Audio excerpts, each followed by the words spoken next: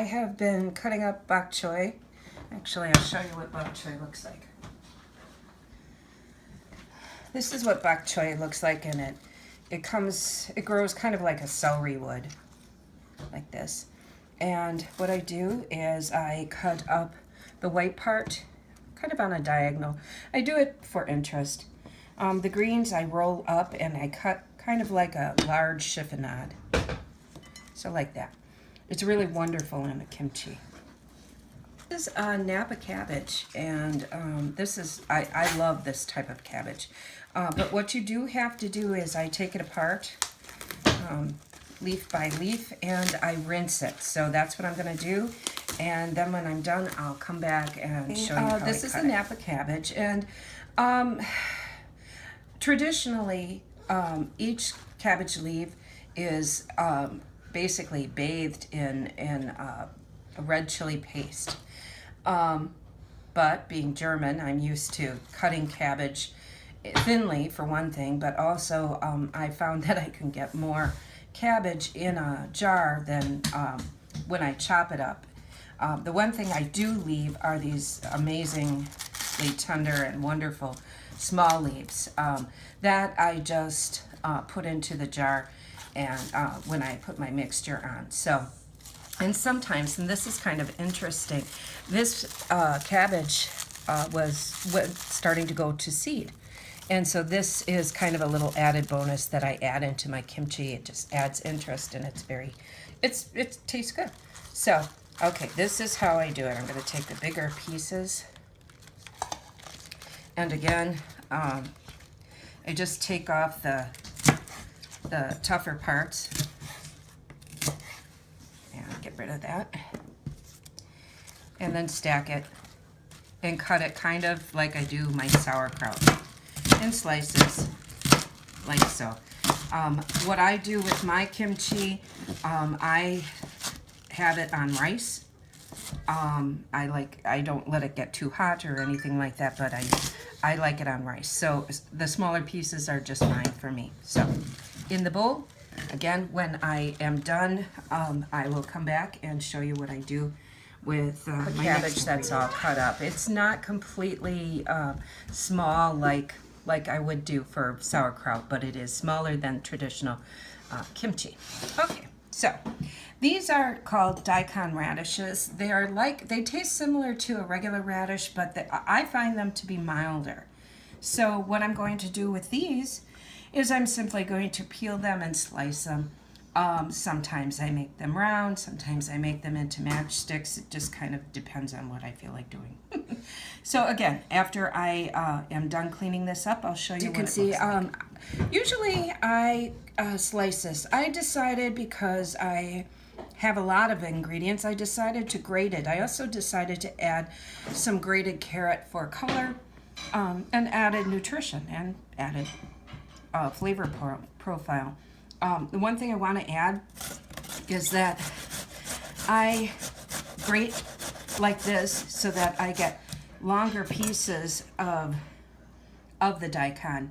If I did it this way, of course, I would have shorter pieces. I would like the long pieces. So, okay, I'm going to finish. I still have, 1.5 to go. So, I'll come back and... Okay, the last ingredient that I'm going to use today, I think, anyhow, I may change my mind and add some ginger, are these very thin green onions. I chose the thin ones because I don't want an overpowering onion flavor, but I wanted color and I wanted a little extra texture and some flavor, of course. So what I'll do is clean these up. I'm going to matchstick them into small pieces and then add them to my vegetables. I also wanted to add that one of the things that we do at home all the time, whenever we get green onions, Mariana always cleans them up and puts them in a jar with water. And what we have found is that the greens continue to grow and that we can extend the life. Now, if you read many food bloggers or whatever, they say it goes on indefinitely. No, it does not. Unless you were to fertilize the water, it would start to lose the green and just kind of rot. But I will say that it will extend the life for at least 2 cuttings. At least 2 cuttings. And it's really good and it's fun. Well, here you can see where I have pretty much threaded or grated or whatever you want to call it. These onions, anytime there's thick one, I make it thinner. Here is what the regular onions look like, and here are the little slivers. These actually kind of weave their way through the kimchi, and they're very good. So I'm just going to cut them just a little bit to make them a little smaller. There, and then I will be adding these to our kimchi. You have here, what I have here is half of the nab cabbage, half of the bok choy, half of the daikon and carrot gratings, and half of the green onions. I added some Himalayan pink salt, and what that does is it helps not only flavor the kimchi, it also draws out the liquid from the cells, and the Himalayan pink salt also has added minerals in it, so it's extra healthy. And what I'm doing now is I'm macerating the cabbage and all the vegetables, and as you can kind of see, it's starting to break down, and you want that because this helps release the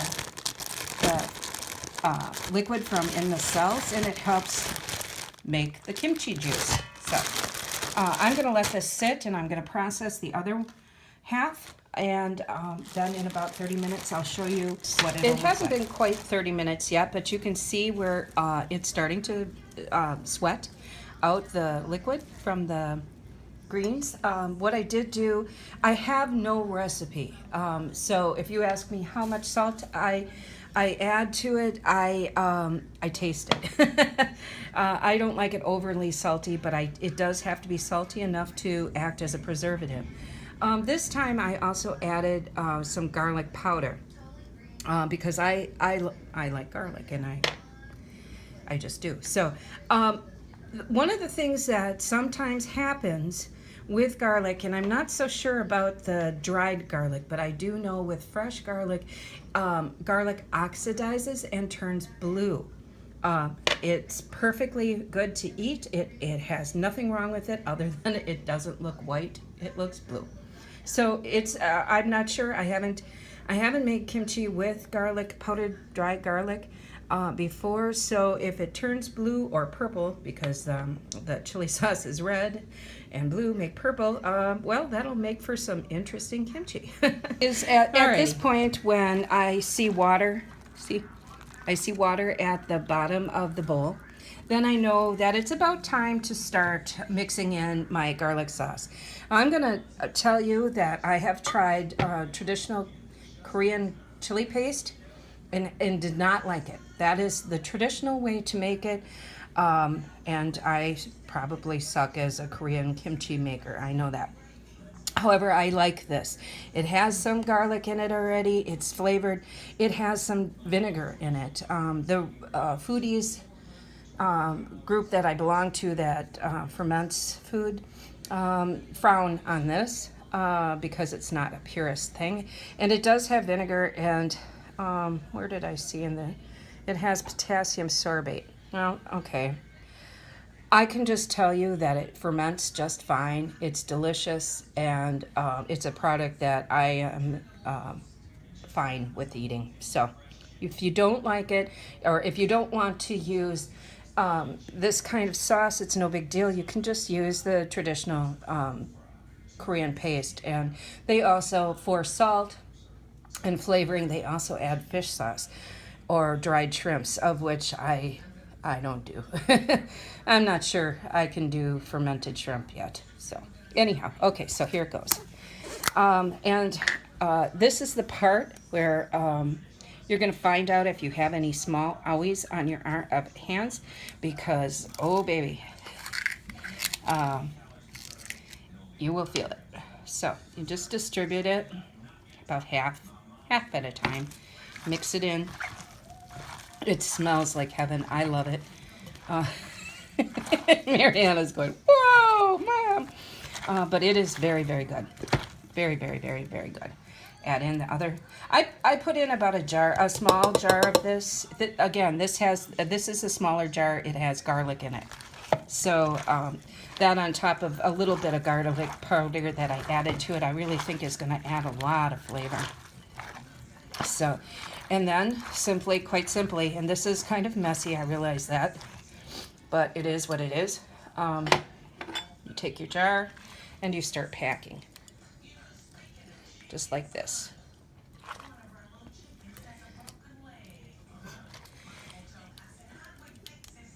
Okay, and then what I'll do, I'll come back and show you when I'm done.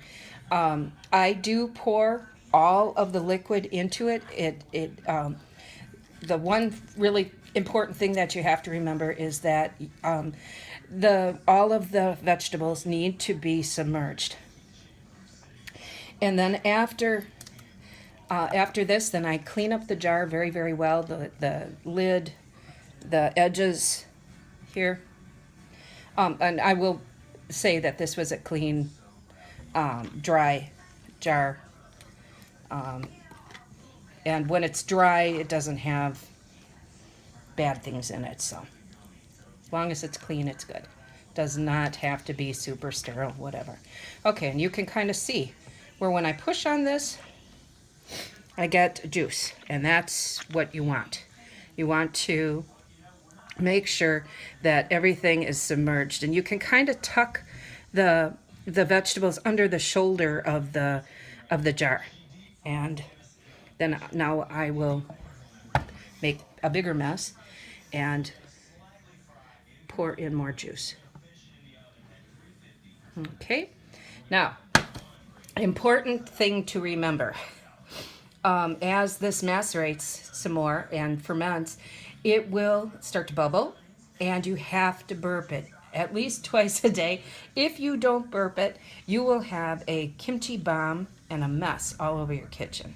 So you don't want that. So you just simply open it, lift it, and it'll make a burping sound, and it'll make everybody laugh. And it will smell like kimchi for a minute or two, and then that's the end of it. So that's my kimchi lesson. So okay, enjoy. These are my finished quart jars of kimchi. It also made a little extra because I'm not home and I don't want to take Carrie's jars. I just put it in a Ziploc bag and I will transfer it when I get home. And all of the other cuttings, they go to our chickens and bunnies and whatnot. On a side note, I just wanted to say that, okay, just because you are fermenting a vegetable, it's really important that you pick the freshest and organic. I believe in buying organic vegetables. You don't need any extra pesticides or the fertilizer, whatnot. I realize that, again, with hot sauce, it is, it does have other things in it. So if you're not comfortable with using that, just use the Korean chili paste. Also, I wanted to add that this, okay, it is March, and this would be good next Christmas still. After it ferments, you can put it in the refrigerator, and it keeps for a very long time. And that has to do with the process of fermentation. This was a process that was used by, fermentation was used by sailors in the ships that had sauerkraut on, were the ships that did not have people with scurvy. This is an excellent way to preserve food, but also it adds probiotics to your gut. If you are coming down with a cold, let me tell you, this stuff is better than amoxicillin. It will knock a cold out.